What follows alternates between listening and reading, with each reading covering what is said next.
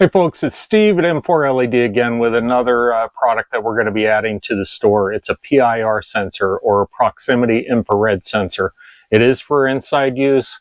It does require that you bore a hole where you're going to put it, but it is adjustable. It's pretty cool. I'm going to use it on my personal RV for the lavatory and make it so that when you walk in at night, it's going to light up one of our blue runway lights that I have connected to it. Now the neat thing about this sensor is it is adjustable. On the back there is a programming button, and that button allows you to select how long the light is going to stay on between movement in front of it.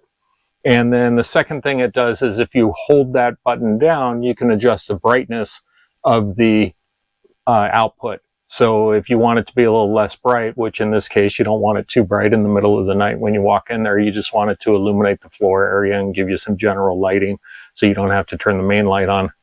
But it can be adjusted. Now you do have to get to that from the back, but once it's set, it'll retain its memory and you don't have to reprogram that. But you'll see on the back there's a small white button. Use a paper clip or a small nail, anything else to push that, and as you can see, it'll tell you how long it's on for. So I pushed it once and it's giving me 4 blinks. That is the longest duration. If I push it again, it's going to give me 1 blink. That's the shortest duration, about 10-15 seconds. It's about 15 seconds added on, I believe, for each one. Push it again, it's going to give me 2 blinks. Push it again, it's going to give me 3 blinks.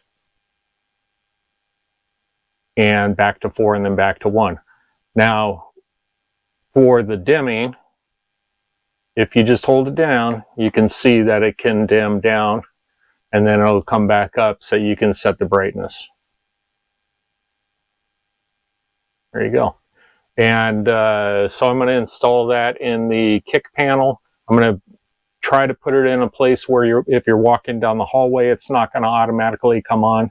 My furnace is down there, so I should have a 12-volt source. I will add a small fuse down there and tap into that 12-volt source. This thing, both of these use so little power, I'm not worried about having a positive on and off switch. During the daytime, it is still going to be coming on because it is a proximity sensor. But you're not going to notice it during the day, and it's so little power, it's completely irrelevant. And so that's the project. You can get these at M4LED. Look for, just in the search tool, put in proximity, and the proximity sensor should come up, and they're available to ship immediately. So looking at the connections on the wiring itself, it's just 2 wires in, 2 wires out. 2 wires in are going to power and ground. 2 wires out are going to your lamp. You can put a few of them together. It is rated at 5 amps, so make sure you calculate at 12 volts. Don't overdo that. The detection range for the sensor itself is 0 to 3 meters. So again, I'm putting it in a corner in there where you're not going to trigger it walking down the hallway. But when you walk into the lavatory, it'll turn on. They are marked which one goes to the LED and which one goes to the power. Now my lamp that I'm using has a real long cord. Could be the weatherproof connector can go back, be cut back probably, and I might do that when I put it in. It's not really necessary on this. This is a single 50/50 LED, and both of these use a 3/4 inch hole, so I'll be drilling holes carefully after measuring a couple times to 3/4 inches. This one's going to press in. It has little spring clips on it, and this one has a nut that has to go on before it's wired. So the location that I'm looking at, this is the doorway to the lav, is around the corner to the doorway. I want it pretty low. This is a false panel that goes to the furnace that I can take the whole thing off and verify everything and then make a couple holes. And thinking the motion sensor and the light are going to be in this area so that this wall is blocking it, so that it's not going to be triggering it as you're walking down the hallway. But as soon as you walk in here, it's going to turn on, and I'll probably go to the longer duration and less light so that it just illuminates the area afterwards.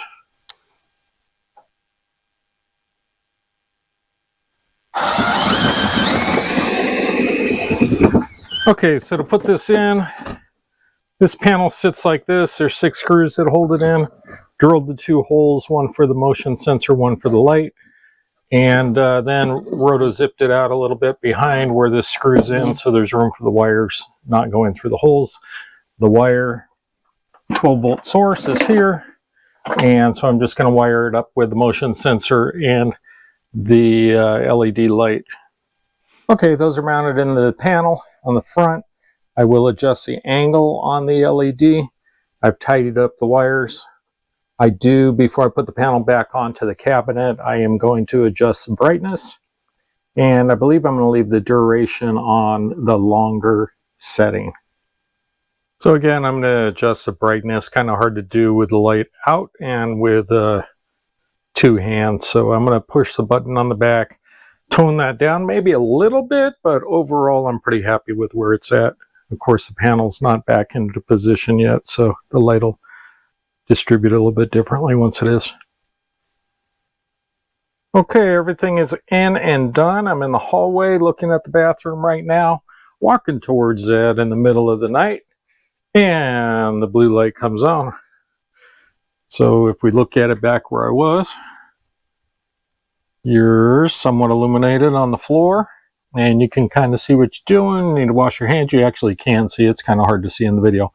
I do have it in the brighter setting right now. I can tone it down. That's going to be up to the wife once she sees it. The sink, kind of hard to tell at night. I did readjust this more in a downward position, so the LED is shielded and pointing straight down right now. These are available on my website, the little lights. The PIR sensor, of course, is too, but the little runway lights are available in blue, red, or white, and I should have those in stock.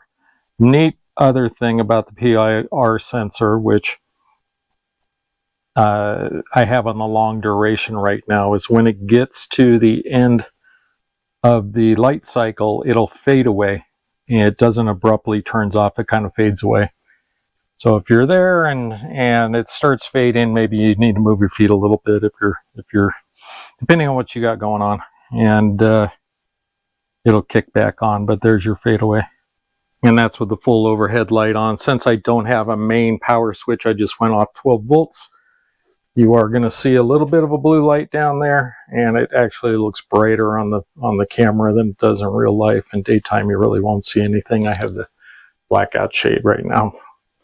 But you will have a little blue light in the corner. But again, it's not overwhelming. You could add a switch if you chose to.